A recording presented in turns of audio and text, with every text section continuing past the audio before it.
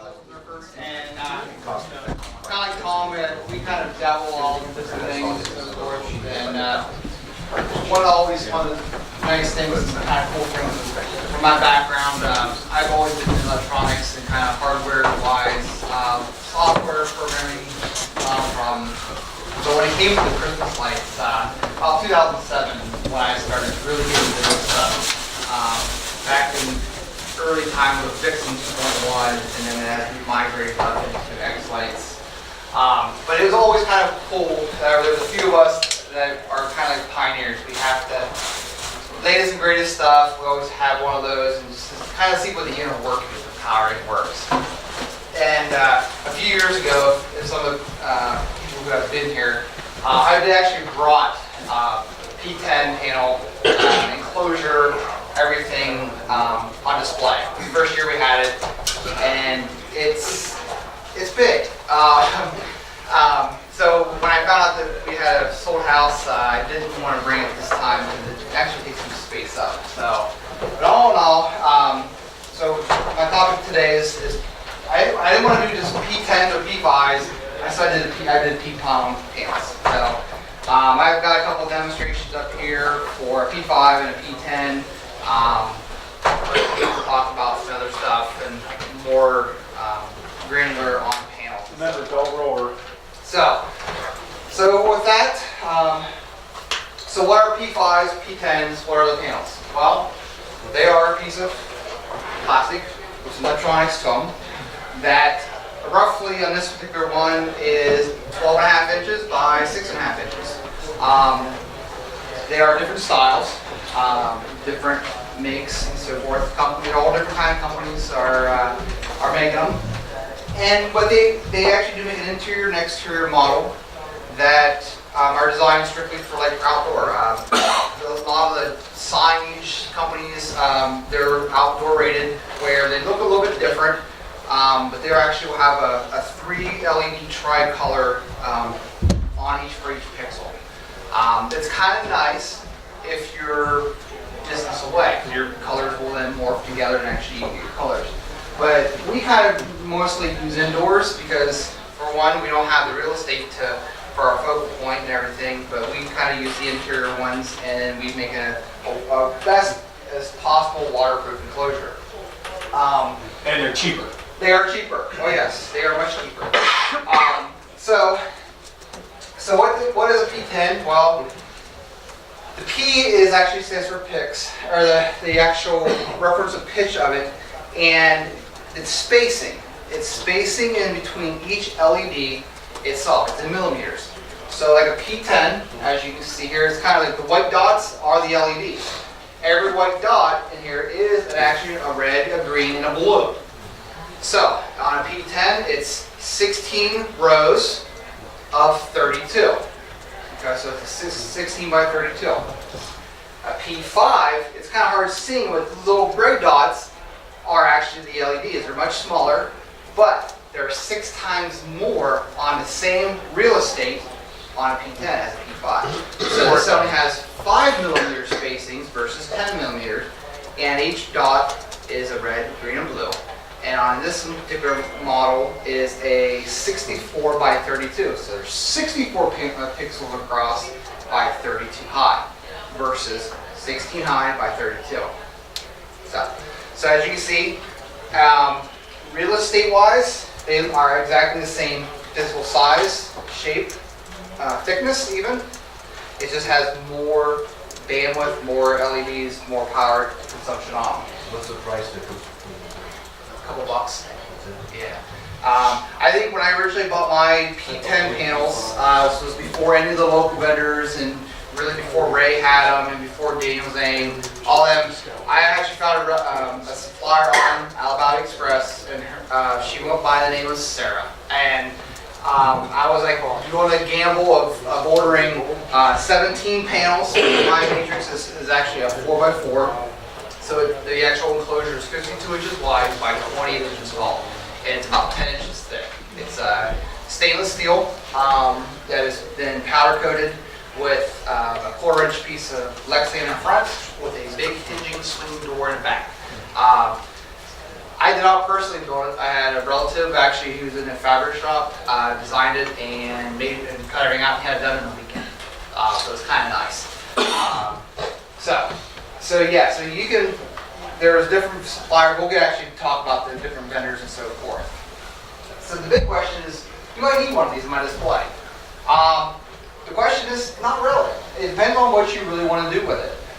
I mostly in ours, I use it for informational. One of the things that I'm out every night with people when I talk to them and so forth, and one of the biggest things I kind of watch before 6 o'clock when the show starts, I see people coming by, and for the longest time, when they drove by, they kind of watched and they stopped and they were wondering if the lights were on or not. I had nothing to tell them when the show started. So I could have made a corrugated plastic sign, hand painted everything on there, and had it out front, but then if something changed, then I had to redo it. So this was my solution, was using a P10 at the time. So my P10 actually sits on our front porch. It's, and what I usually do, actually I think Max might have told me that. Yeah. So I use it for information, but you can use it for two signs, you can use it for, do effects on it. I kind of do everything with it. So what I do is 2 hours before our show starts, I actually have it in the sequence, start up, and it pretty much is the dates and times of my show. Sunday through Thursday, it is 6 to 9, and then Friday and Saturday, 6 to 10. And it just rotates that over and over and over and over 2 hours before. So if anybody would happen to stumble in before the lights are on, they know exactly when to come back. And then also after the show is done, for those who missed the show and the lights, it actually shows for another hour. So that way they come, lights are out, well, are they having it this year, are they not? And then they see the sign and say, oh, okay, I need to come back tomorrow. So I use it hours for informational, but during the show, I use effect on it. I also do the tune 2. I actually have corrugated 2-tune signs that I have permanently. I'm lucky enough that my frequency has not been occupied yet, so I've had the same frequency since day one. So that's been kind of nice. But I got one of these days I'm gonna realize that my frequency is gone, and I'm gonna have to do some makeshift changes or stuff. But during the show, I will have like part of the sequence, the effects running on it, and then all of a sudden I'll have a tune come across the screen. That way, if they're not focusing on the tune, they can actually see the display, or the hours will also show up. Just more informational during an off time of the sequence. So the big question is, how many do I need? That is also up to you guys. I sit there, I had a limitation. Our front porch, I can only fit 4 panels wide by the time I get my enclosure. So it actually stands, I made a platform across our brick pillars that I can actually walk underneath. So I have an arch on top, so the height wise, so that fit perfectly 4 by 4. So it's nice, but it's not big enough for my focal point. We actually have it, see our front porch from the edge of the street's roughly about 70 feet, thereabouts. So it's 28 by 52 inch screen. You can see it, you can see what's going on with it, but it just needs to be bigger. But I'm at constraints, so I'm kind of limited on what I can do there. What I have planned, out of 11 years doing this, last year was our first year we actually had a complaint. Not too bad. This lady was a little irate because she couldn't get out and drive one of the streets, but we had traffic light up for 3 hours at night. It was the worst I've seen for traffic wise. And one of the things she's like, well, it would be nice to have signs saying do not block the driveway or block the road, something like that. Well, we used to years ago with the kids, neighbor kids would come through and they destroy the signs because they're just signs that we put up on either trees or the utility poles or something like that. So I've kind of got the idea of, okay, I'll grab a couple P5 panels and actually use it as an informational, streets down, that where I can say do not block driveways, do not block streets, things like that, and then have it incorporated in something. I'm not really sure exactly yet, but that's kind of like the thinking of of that, kind of solve the issue of, okay, the neighbors are happy, so long as the neighbors are happy, I'm okay. It's the visiting folks of the neighbors are the ones who are the ones that are upset. Yeah. Let's see. So, what size do I need to do? Do I need to do a P5? Do I need a P10? Do I need to even go smaller? They actually go down to a 2.6 millimeter spacing. But again, when you're doing something that large, or that much granular resolution, you're almost getting to the point now. Is it worth putting a panel up, or is it worth putting a TV up, like an LCD flat screen, something like that, and doing a virtual matrix? So the distance from your viewing point is actually, it's what's going to mandate either a P5 or a P10 or something different. But again, it's like everything else, resolution farther you're away, the more space you can get away with, it actually looks better. Well, the P5s that I'm going to be using are literally going to be 6, 8, 10 feet away from the audience, so I need something that I can scroll text across and actually is legible for them to be able to read it. So on a P10, I'll demonstrate here after a bit, doing something across it, how large it is, and especially when you're close, it's hard to read it. As P5, it's like reading text off the book, so it's pretty cool. So, when you do buy panels, one of the things, there are different options out there. In my scenario, I use a beagle bone, either a black or a green. The new P5s will actually be using the beagle pocket beagles. They're very tiny. But with using a Falcon Player software, you can also use a Raspberry Pi. It has limitations of what scan rate it has. So either 1/8, 1/16. And when you buy the panel, it tells you all that information on it. It tells you the scan rate. It tells you your, there's all kinds of information about it. But the biggest thing is your scan rate. When it's 8 scan, it's 16 by 32, or 16 in the support, the 30 by 32, 64 by 32s, and then also the 64 by 64s. And what these are is the number of pixels. So this one here is 64, P5s are 64 wide, and then they also make the ones that are 64, so it looks like a true square. So this is like literally having two of these together is a 64 by 64, like that. If you ever been to like the Coliseums or like the Indians scoreboard, the P5, or those are, I think they're 2.6s, I believe. But just the clarity on those things are just like, wow, it's awesome. But in like their case, you have audiences that are like literally right in front of it, so looking at something like this, it's like, trying to find stats would be kind of hard reading on it. So they actually have a real high def resolution on. So when you are looking at your panels, they actually make 2.4, 2.6s, they make a 4, they make a 5. The P10, the P5 and the P10s are the normal, what everybody's using. Now, I'm not saying you couldn't go to a 2.4 or a 4 P4, but you're now limiting what hardware you can actually use with it. So, we'll get into that here in a minute as well. So the vendors, some of our display vendors we have here, also Ray Wu and Daniel, you can purchase panels, and those are actually already proven, and they are the ones that are compatible with the Pi player. So if you go to one of them, say I want a P5, they're going to give you the panel that's going to work with the player. So there's no big issue, no questions asked. So besides the panel, what else do I need? Well, you need power, you need an enclosure, and then also what controller type you're going to be using. So as for control, I'll jump down to the controllers here real quick. For controllers, I have up here a BeagleBone. It's a BeagleBone Black with what they call an octa scroller on top. So it's pretty much a little small computer with a what they call a hat. It's a hat that plugs on. And this will give me 8 outputs for panels. This one here both supports the P5 and the P10s.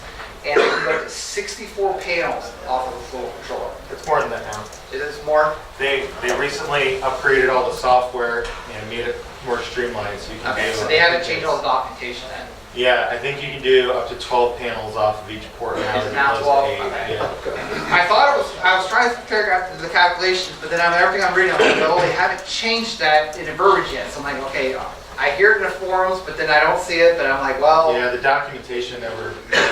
never, okay. It also depends on the scan rate, how many it can do and keep a relatively good look to your panel. Correct.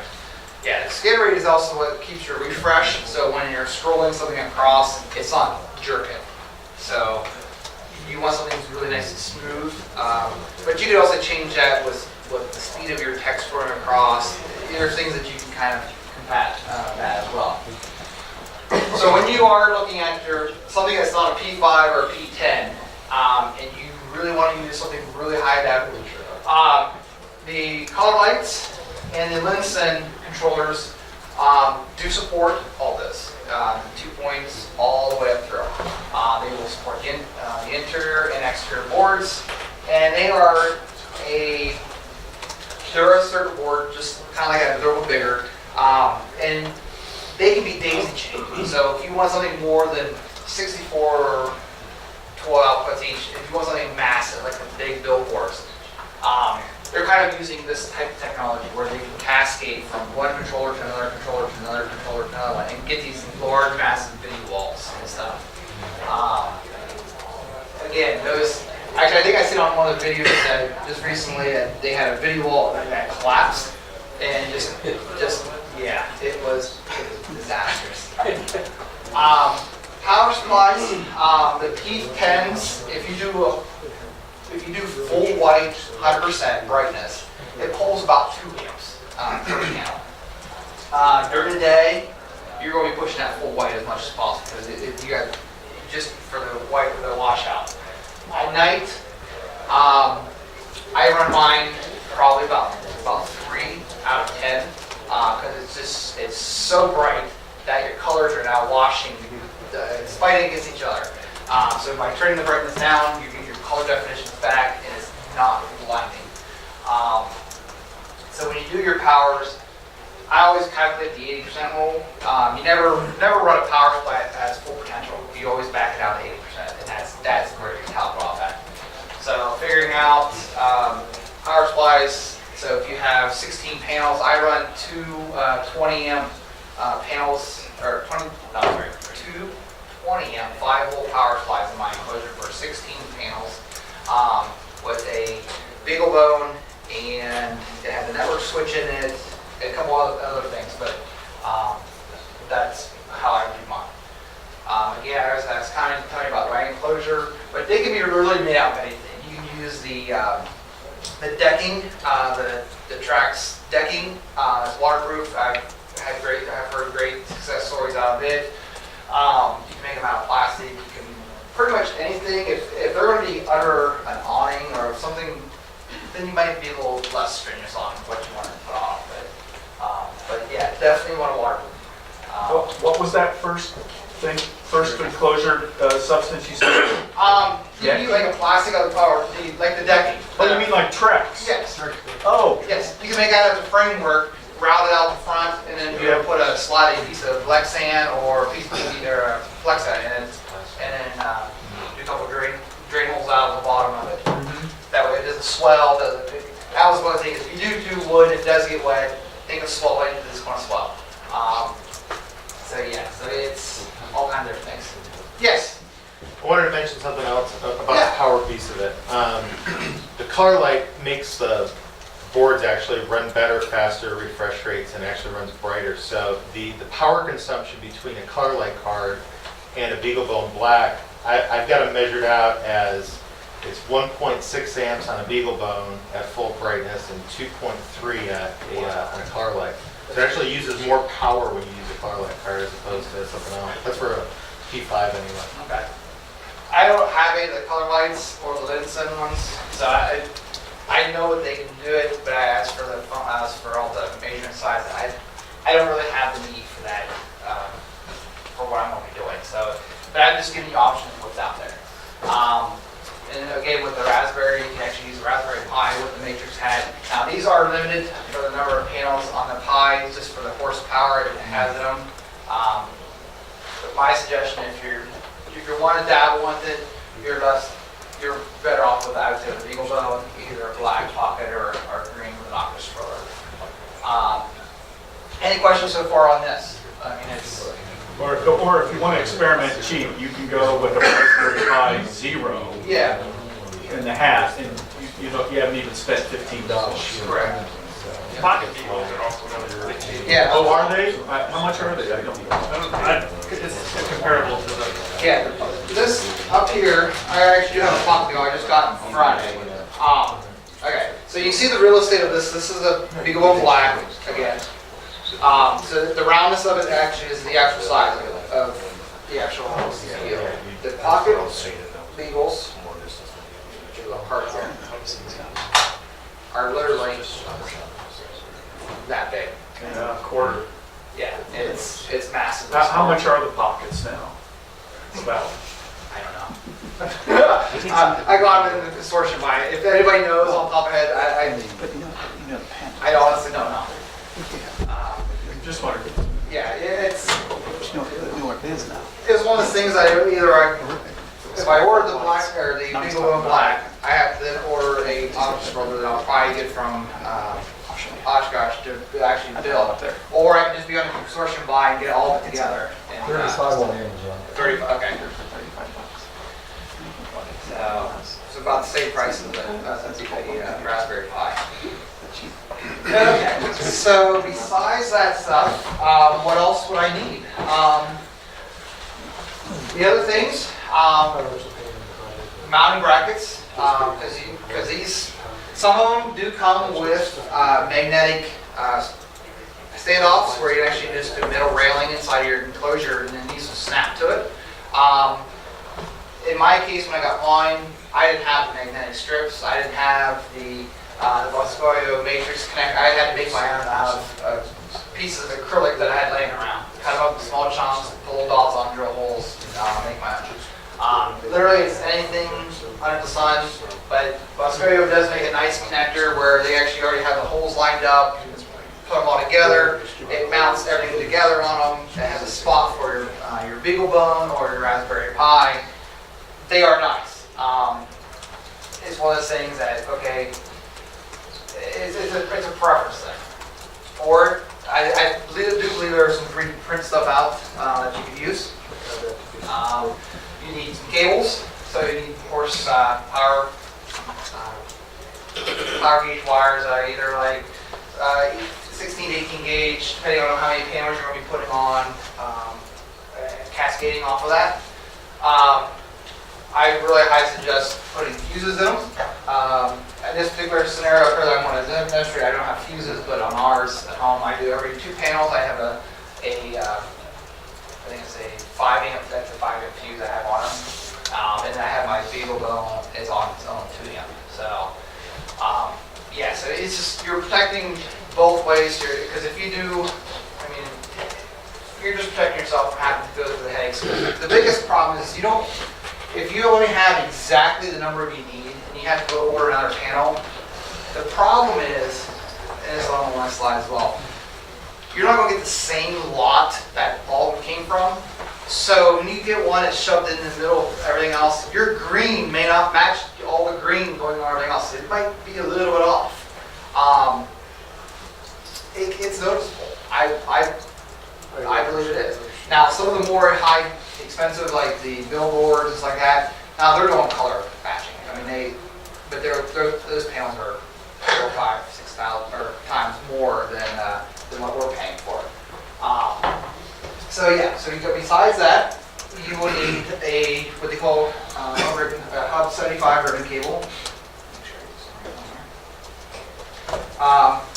You need a couple long ones, and then they also give you some short ones.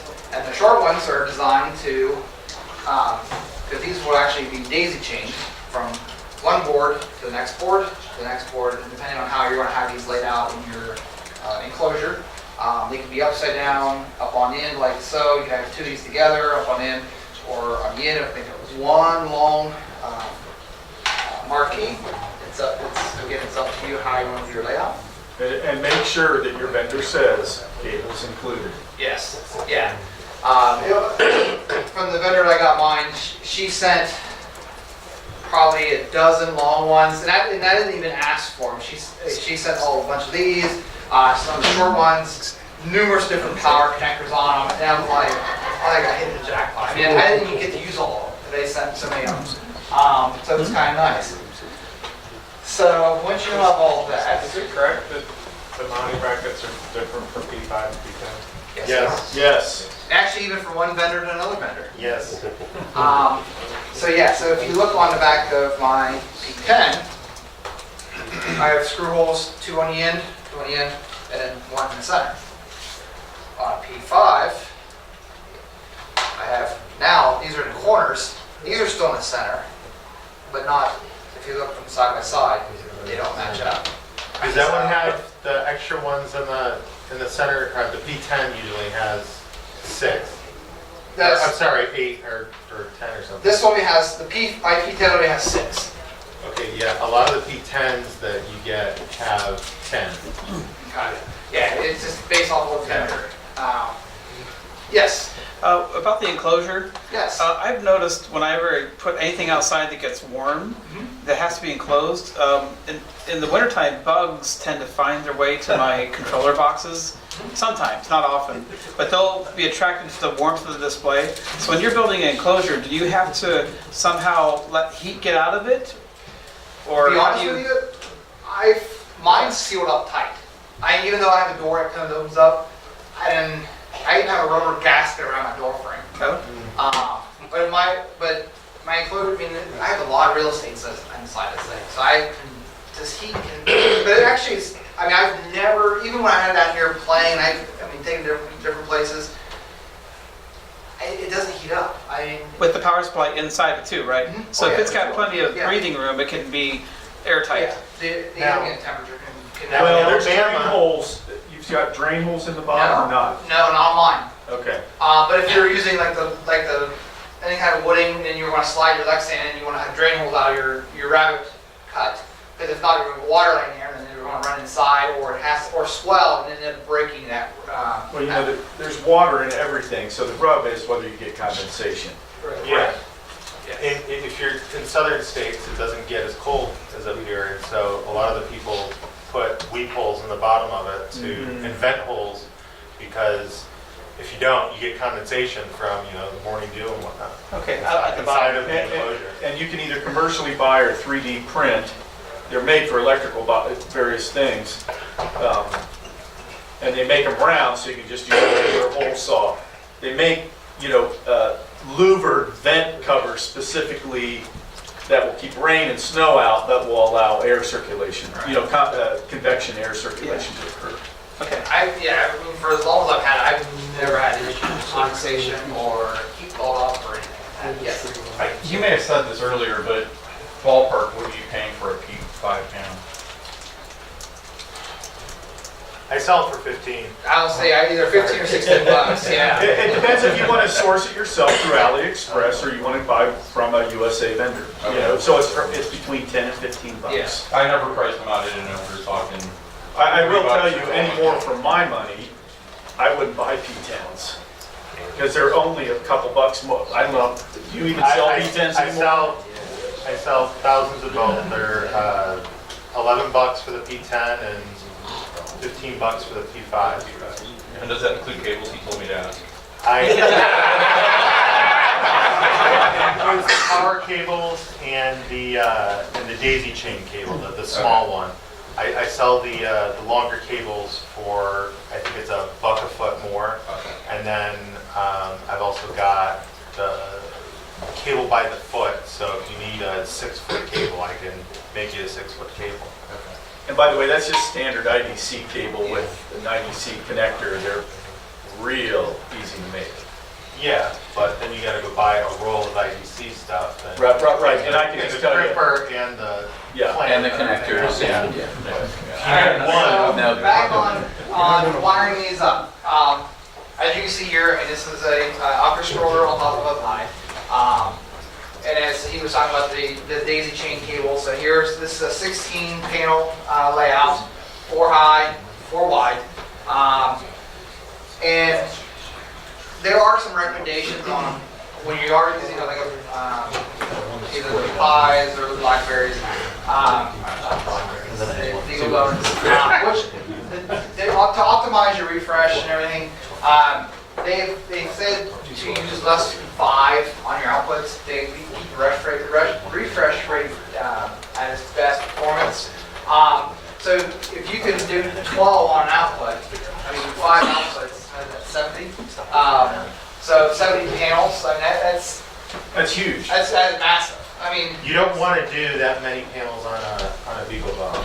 You don't want to do more than like 10 on a Beagle Bone. You want to move to a color light at that point. yeah. Because your refresh rate is just going to be so much better looking on a color light than it will on a Beagle Bone. I sound like my 16's not bad. What's that? I don't think my 16's that bad. If you put a color light on, you'll notice the difference. Really? Yeah, 16 it's per a output? huge difference. You talk about P5 or 10. Any one of them. Either one. Yeah. So per output or per the whole week? You always want to use less output. Right? You always want to use more outputs because that way you're not sending so much bandwidth over just one output. Right, sure. So you're going to get better refresh rates that way. But when you get into a bigger panel, you get up to like, 16 or something, I would move to a color light because the refresh rate's going to be just so much better. And it's very noticeable, especially when you do graphics that are like moving very fast. You don't see nearly as much tearing or anything like that when it's moving fast. Dan, did you say you built your own custom? This was before Boscoyo had their stuff. So how did you tie all those? Keep them planar and I not. set them on my kitchen table, just like pretty much like that. Used pieces of acrylic I got from Lowe's, some 1/8 inch. I don't think it was 1/8 inch, maybe 16 inch acrylic. Cut them into little strips, little squares. Laid them over top of my corners, little black dots on them. The drill press, drove them down through, and I actually made them just a little elongated, so that way I can force 4 of them together real tight, put the screws in, and then do the next 4. And then from that point, then I had steel rails coming down across my vertical screw. Oh, to stiffen it up. Yes, and then those actually, when those laid up inside, the way I have it designed on Enclosure is I can, without removing the front glass panel or the plexiglass, I can actually take the top 3 screws out and it actually will lay out the back. Then I can replace a panel without destroying the enclosure. Because I can fit them out the door, so by leaning it over and then actually at one angle I can bring it at an angle right out the door. Because I was trying to figure out how, if I had a board that goes out, how do I want to replace this thing? Because there's only so much real estate, and you don't want to. Because the way my front leg stand is on, or the plexiglass is on, it's actually used 1/4 inch steel pop rivets. That those don't come off. 1/4 inch pop Yes. rivet? Yes. That's like for an airplane. Yes. I actually had to go to my cousin, and actually he works for construction, to get his pop rivet gun to be able to get it out. Yeah, pneumatic. Yes. So in between that it has a 3M double-sided high-grade adhesive that is really designed. Once you put 2 pieces together, you're going to destroy the pieces before it actually comes apart. So again, this was years ago before nothing was really what's the best recommendation of how to do this. I mean, so you live and learn. But yeah, it's built like a tank and it weighs like a tank. But yeah. Oh yeah, you guys, if you haven't seen this thing, that's too bad you did, Rick. It's the coolest thing ever. When he said, "Oh, it's this thing made out of stainless steel," he just totally downplayed it. It must weigh 1,000 pounds. It's It's for 1,000 pounds. Oh yeah, but he could drop it off his roof can be fun. It's amazing. Well, they flew it in with a helicopter that year. Oh, I forgot about that. Yeah. So for setting these up, so in the Bible Pi player, you would go into your, assuming you already have it working, either a Pi or a BeagleBone, you go into the channel output on your tab, and then you go to the LED panel tab. From there, these are the settings that it's going to have, and depending on what panel you use is what you set some of the stuff for. So in my case, I have a 4x4. So you have a picture like this, and you have these little arrows here, and those are orientations. And those orientations actually match to the back of the panel. So that's, keep that in mind. In version 2.7 of the Pi players, it was I don't know why this wasn't introduced like that ago.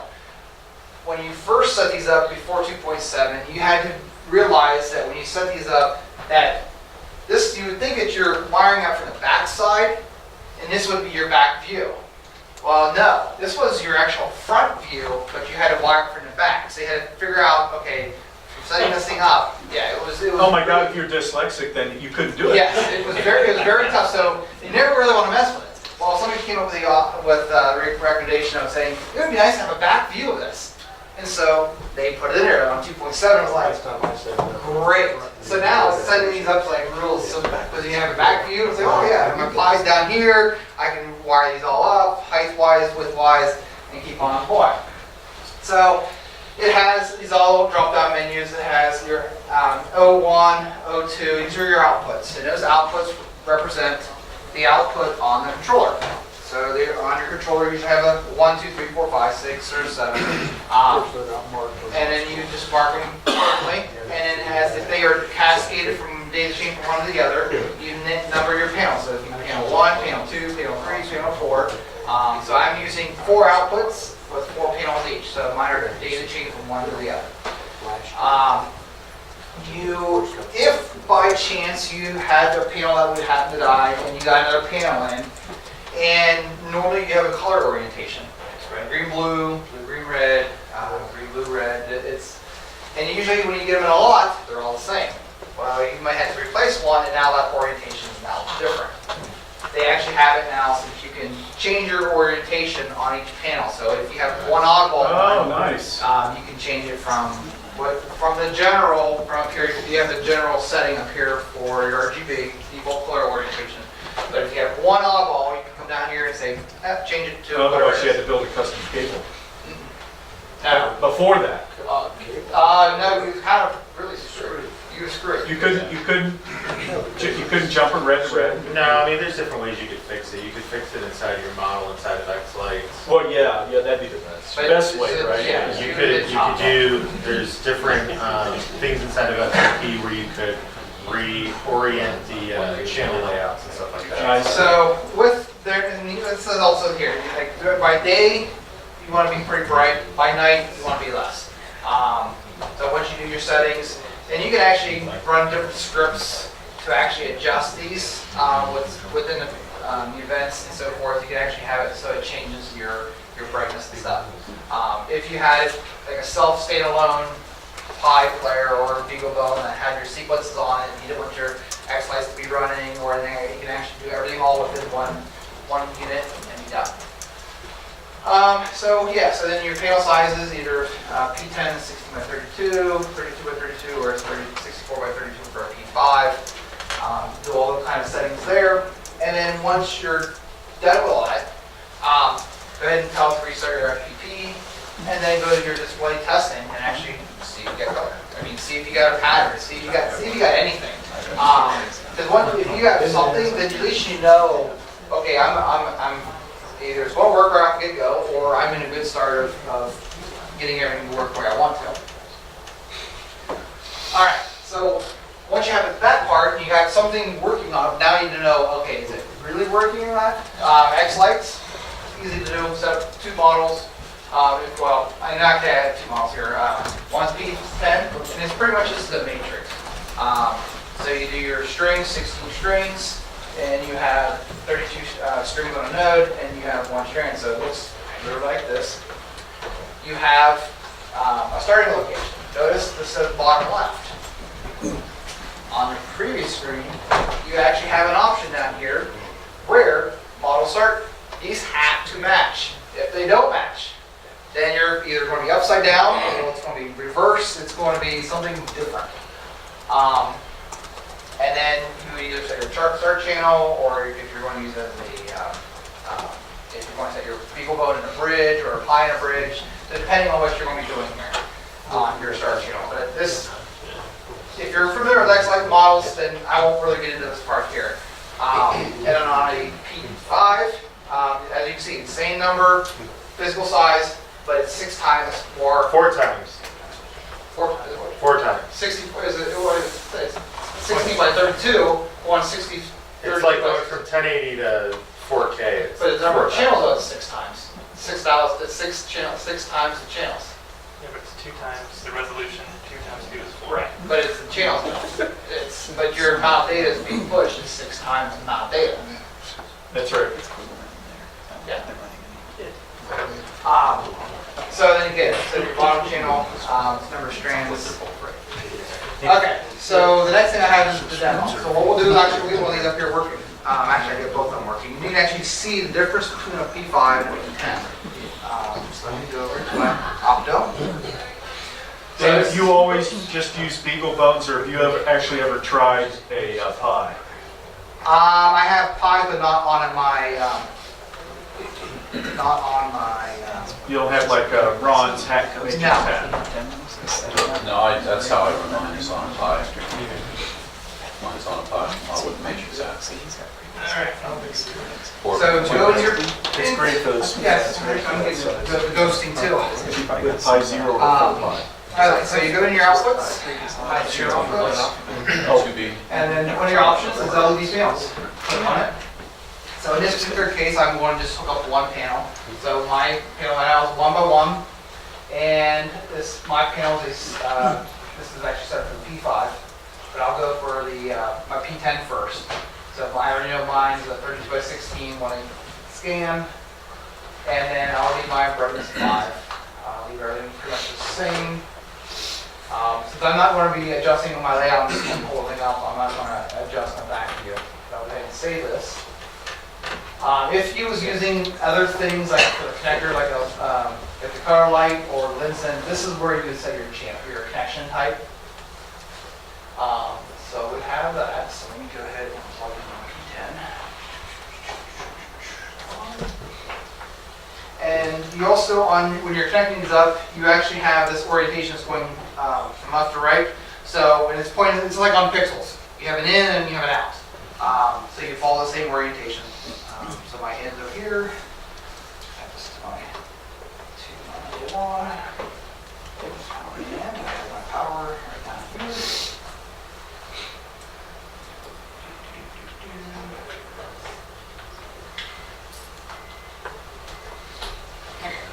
That's interesting. If it uses less than 2 amps on one panel, you could even do a one panel setup with nothing more than your cell phone charger. Alright, so go ahead and start.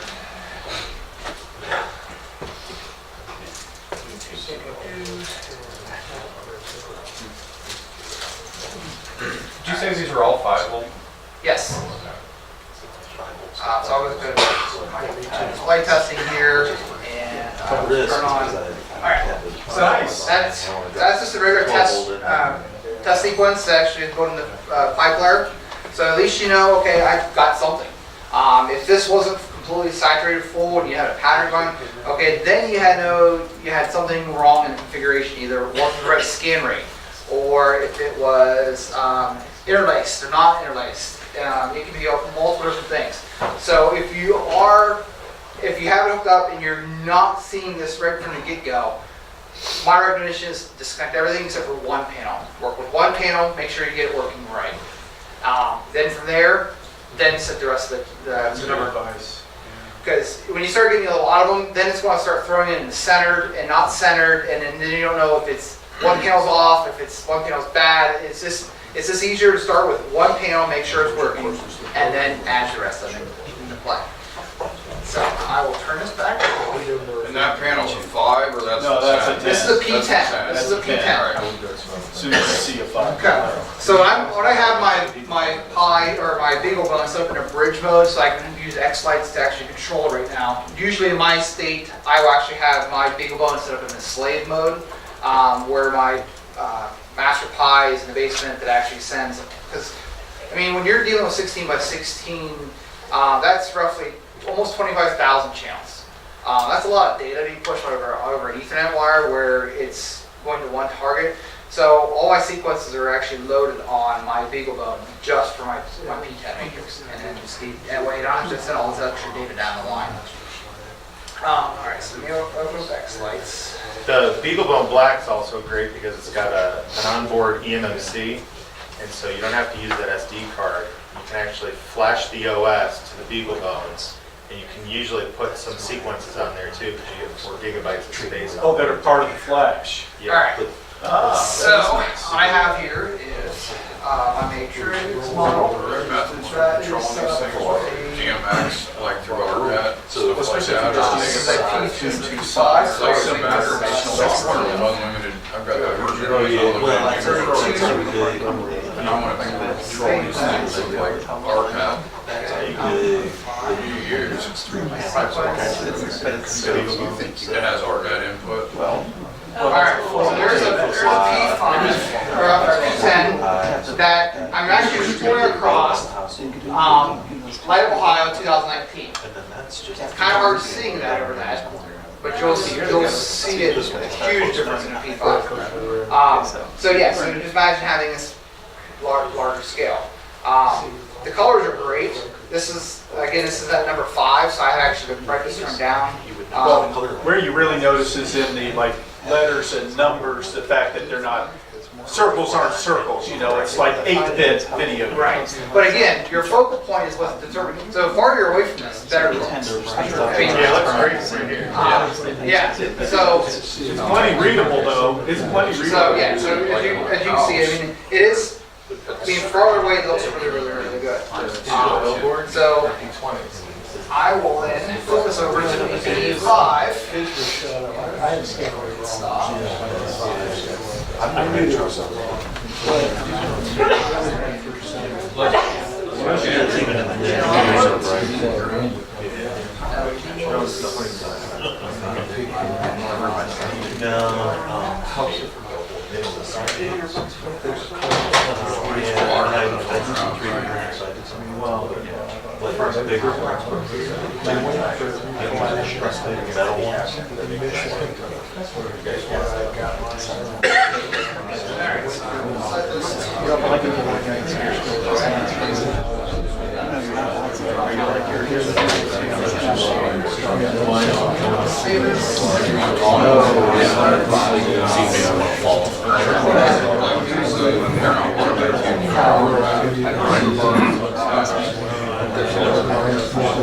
Then I'll come back to the next slice and I'll change my model again. Like you're born with here. 32. Just the ones that slide up under the. Yeah, mine's blind. Yes, that is correct.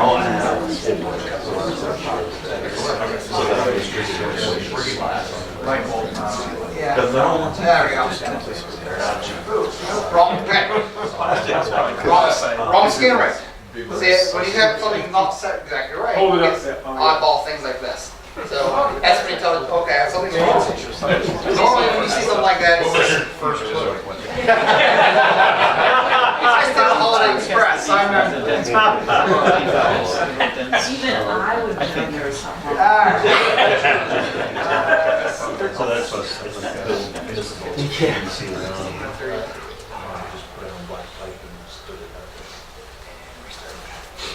Yeah, don't have that come up and then call Ray Wu and tell him that half the pixels are burned out. There we go.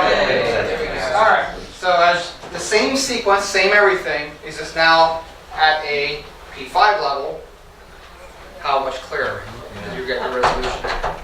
So when you're dealing with focal point from the audience, determining what panel you want is key. because this is literally going to be 10 to 12 feet from the person. So you see from a P10, it was hard to really read what's coming and scrolling across. That's actually legible, but not really changing. Where I really noticed is when you were doing, where people would import, quote, videos, which don't look that great on the 10s, but they actually look reasonably presentable on those. Did you change the font on that? No, Okay. same font, same everything. The only thing I did was in my X lights was change on my model I went from 32. The reason I asked, Change was right here. The reason I asked- And I went from 32 down to 16 and from 64 to 32 for a P10. That's it. so the higher resolution actually made your character height Yes. smaller. Yeah, because you're literally you're doubling your height of it. Yeah. So Yeah, X-Lights doesn't scale the text, so you're seeing the text for what it is. Right. On both panels, it's the same thing. Okay. Now, X-Light scales the butterfly effect behind it and makes it fit to the size of the matrix, but the actual text does not scale. So what size you set it at, that is the size. So if you copy and pasted that on an even larger matrix, it would appear even smaller because the palette's bigger. Oh, okay. So that's text does not scale in X-Light. So that's, I never heard that, somebody say that before. Yeah, so the effects scale, text specifically is what you said. Text specifically does not scale. Uh-huh. The butterfly effect will scale. Jack, you gonna fix that? Well, you're saying any questions or anything? 12 high. Sure. Yeah, it's 12 high, regardless But of it's what good to you're know using. this. All right. Yeah, that's set, 12. Any questions or anything? I'll go ahead and shut it off and get to lunch. Now we got Q&A.